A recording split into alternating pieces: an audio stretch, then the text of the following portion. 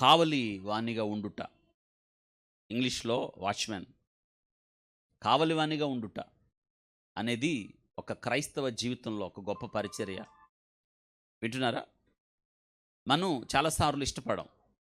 పరిశుద్ధ గ్రంథంలో రాయబడిన ప్రతి మాట కూడా క్రైస్తవ విశ్వాస జీవితానికి సంబంధించింది. మనం చాలా వరకు మన జీవితంలో తెలుసా ఎంతో నష్టపోతున్నాం, ఎంతో వ్యర్థపరుచుకుంటున్నాం. నిజమైన పరిచర్య గురించి ఒక చక్కని మాట చెప్పాడు.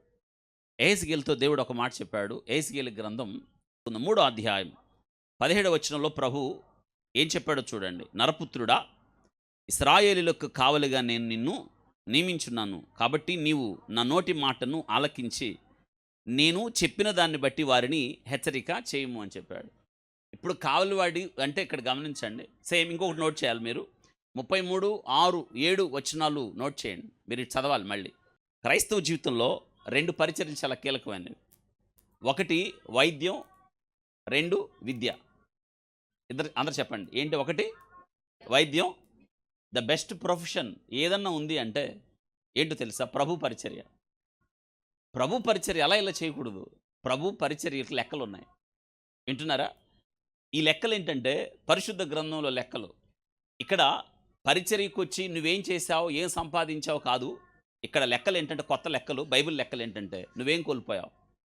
పరిచర్యకు వచ్చి ఏం సంపాదించావు కాదు, ఎంత నష్టపోయావు. పరిచర్యకు వచ్చి ఎంత ఎదిగావు కాదు, పరిచర్యకు వచ్చి ఎంతగా కరిగిపోయావు. ఇవి క్రిస్టియన్ వాల్యూస్. ఒక యంత్రం బాగా బాగా పనిచేస్తూ ఉన్నప్పుడు అది ఖచ్చితంగా ఒక దినాన అరిగిద్దా లేదా? మిషన్ అరిగిపోద్ది. మనం అరగకపోతే సరిగ్గా పనిచేసినట్టు కాదు. నేను మళ్ళీ చెప్తున్నాను, మీరు రోజు ఏం ఫీల్ అవ్వాలంటే ఈరోజు నేను అలసిపోయాను అన్న ఫీల్ రావాలి మీకు. చెప్పండి ఏంటి? ఈరోజు నేను అలసిపోయాను వచ్చింది ఎప్పుడైనా? రైట్. కావలివాడు ఇక్కడ యెహెజ్కేలుకి దేవుడు ఏమని పేరు పెట్టాడంటే, యెహెజ్కేల్ నువ్వెవరు అంటే కావలివాడివి అని చెప్పాడు. ఎవరికి కావలివాడు? ఇశ్రాయేలీయులకి. ఇంతకు ఇశ్రాయేలు ఎక్కడున్నారు? వెరీ గుడ్, బబులోను చెరలో ఉన్నారు. బబులోను చెరలో ఉన్న ఇశ్రాయేలీయులకి నువ్వు కావలి అంటే జాగ్రత్త వినండి. బబులోను చెరలో ఉన్న వారికి కావలి అన్నాడు కదా. ఇంతకీ యెహెజ్కేలు ఎక్కడున్నాడు? చెరలోనే ఉన్నాడు. చెరలో ఉన్న 70 సంవత్సరాలు చెరలోకి వెళ్ళారు యూదా జనాంగం.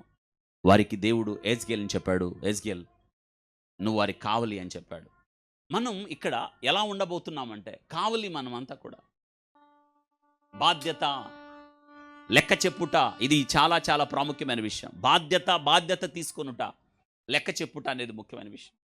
యెహెజ్కేలు మాట ఎవరినలా? ఒక మాట యెహెజ్కేల్ అంటే అర్థం ఏంటి? యెహోవా బలపరచును. మీరెక్కడున్నా మీ ఇంటికి మీరు కావలివారు, మీ చుట్టుపక్కల ఉన్న వారికి మీరు కావలివారు, మీ ఇరుగు పొరుగు వారికి మీరు కావలివారు. వాచ్మెన్.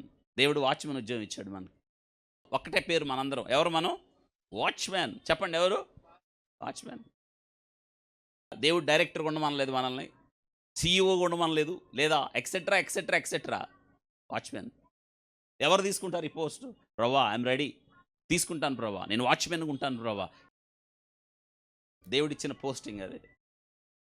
కాబట్టి మనం తెలుసుకోవాల్సిన విషయం, ప్రభా నేను నా దగ్గరికి వచ్చే ప్రతి వ్యక్తి యొక్క బాధ్యత నాదే. అయ్యా నువ్వు నాకు ఏదైతే యెహెజ్కేలుతో దేవుడు అన్నాడు, నేను నీతో ఏది చెప్తానో అది చెప్పు, నీతో ఏది హెచ్చరిక చేస్తానో అది హెచ్చరిక చేయి, నేను నీతో చెప్పిన మాట ప్రతిదీ నీ పక్కన ఉన్న వారికి ఇశ్రాయేలీయులకి చెప్పాలి అని చెప్పాడు. చెప్తాను ప్రభా. ఇశ్రాయేలీయులకి కావలివాడిగా వ్యవహరించాడు యెహెజ్కేలు.